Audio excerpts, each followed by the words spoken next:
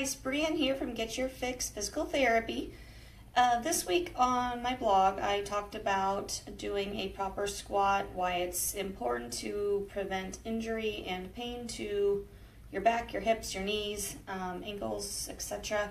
And so I wanted to give you some pointers on kind of how to retrain it, because if you've been in a bad motor pattern for a long time, your body doesn't really know how to do it properly. So regardless of how much you read or how much someone just kind of tells you what to do, you may not know how to actually initiate proper movement.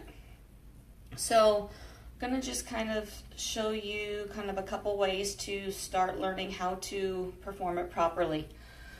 So the biggest thing is with a squat is you need to get your butt back. So basically think about sitting down in a chair is the motion you want.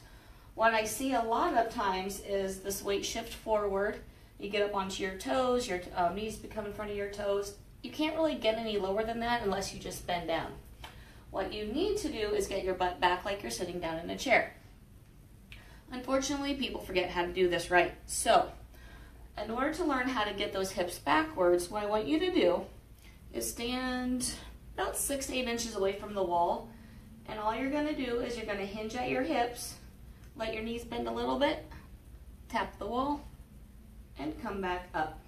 This helps to retrain that posterior, that backwards weight shift that's needed that a lot of people's motor planning has forgot how to do. This is also a safe way to do it because you aren't going to feel like you're going to fall on the floor, because if you do it wrong and you get onto your heels improperly, you just fall into the wall. Not a big deal. So what you're going to do is you're going to hinge and come back up.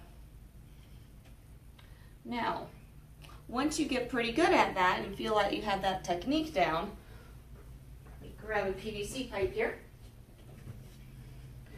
You can grab a dowel, you can grab a PVC pipe. I like to use PVC pipe for a lot of things, so I have one here.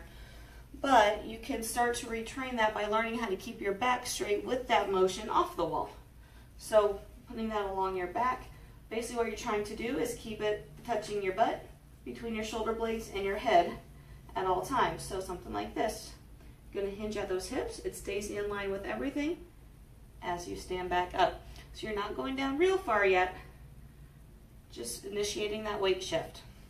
Once you start learning how to do that and feel natural with that, then you can start going further through that motion, bending those knees and getting those hips back.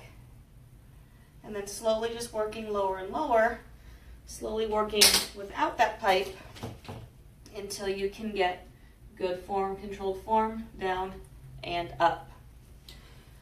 Now, as I've stated in several of the recent blogs, recent videos I've done, hip mobility, ankle mobility does play a big role in some of this. So you may not be able to get that far down yet if you don't have that good mobility. So continue working on that while you're also retraining that posterior weight shift or hip shift, and you should start noticing kind of a gradual improvement in both directions.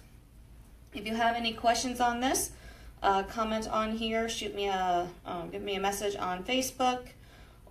Feel free to email me.